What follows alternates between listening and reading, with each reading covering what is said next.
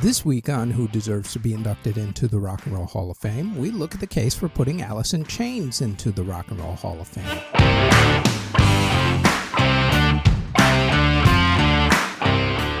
This week, we look at the case for putting the Seattle band Alice in Chains into the Rock and Roll Hall of Fame.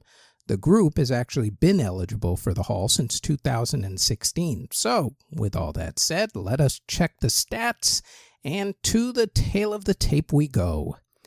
Alice in Chains put out 6 studio albums. Of those, all but one of them hit the top 15, with 4 of those hitting the top 6, and one, their third album, Alice in Chains, hitting number 1 and selling 2 million copies. Their first album, Facelift, sold 3 million copies in America.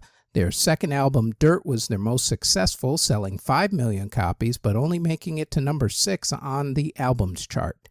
The only other album to sell anything major was 2009's album Black Gives Way to Blue, selling 500,000 copies. Out of their 3 live albums, the MTV Unplugged album hit number 3 on the albums chart and sold 2 million copies. Out of their 5 compilation albums, 2 of them, 1999's Nothing's Safe, Best of the Box, and 2001's Greatest Hits, went platinum, while 2 of their others hit gold, and one of them didn't actually do much. They also had 3 EPs. Of those, 1992's Sap sold 500,000 copies, while 1994's Jar of Flies sold 4 million copies and became the first EP to hit number 1 on the Billboard Albums chart. As far as their singles went, they put out 32 of those. Of those, none of them hit the top 40 on the pop charts. On the rock charts, though, completely different story. They had 30 hit the top 40, with 18 of those hitting the top 10 and 5 of those hitting number 1. Strangely, only one song, 1994's No Excuses, hit number 1 in lead singer Lane Staley's time with the band, with the other 4 number 1s coming in 2009, 2012, and 2013, long after Lane's untimely death on April 5, 2002. They had hit songs like Wood, No Excuses, I Stay Away, Man in the Box, Rooster, Them Bones, Again, Heaven Beside You, Angry Chair, and Grind, among many others. Alice in Chains have sold over 14 million copies in America and 30 million albums worldwide. They've also been nominated for 11 Grammy Awards, no wins though. They were nominated for 3 MTV Video Music Awards, winning 1 for 1993's song Wood from the single soundtrack for Best Video from a Film. VH1 put them at number 34 on their Greatest Hard Rock Artists of All Times list. Hit Parader said that they were the 15th greatest live band of all time. Here is the reason why Alice in Chains belong in the Hall. They were one of the 4 most influential bands to come out of the Seattle sound era, the other 3 being Pearl Jam, Nirvana, and Soundgarden. Those 3 bands are now blissfully in the Hall, with Soundgarden finally going in officially this November.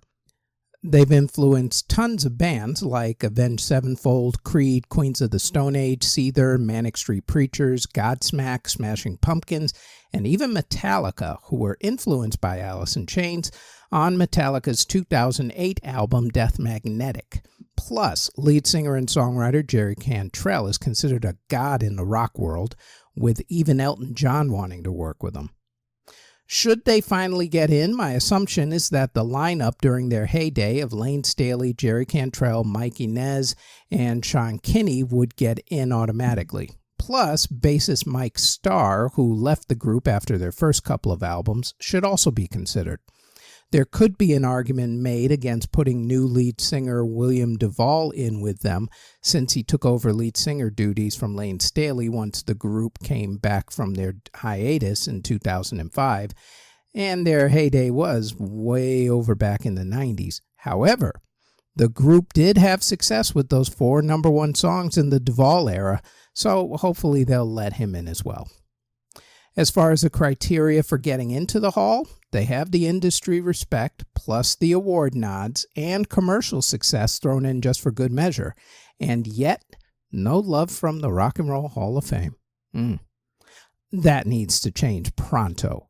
And before you ask, no, having their claymation dolls from their music video for their song I Stay Away in the Hall's collection does not count for them being in. Alice in Chains should be inducted into the Rock and Roll Hall of Fame on their own merit, although the claymation doll thing is rather nice. And that is it for who deserves to be inducted into the Rock and Roll Hall of Fame. We also invite you to check out our other podcast, the Music History Today podcast, where we go over what happened on that date in music history. That podcast drops daily, including weekends, on this channel that you're either watching or listening to this podcast on. We also have the Music History In-Depth podcast, where we go more in-depth into the events that happened for that week in music history. And that podcast posts every Tuesday on this channel that you're either watching or listening to this podcast on. Thank you very, very much for listening or watching if you're on YouTube or Spotify.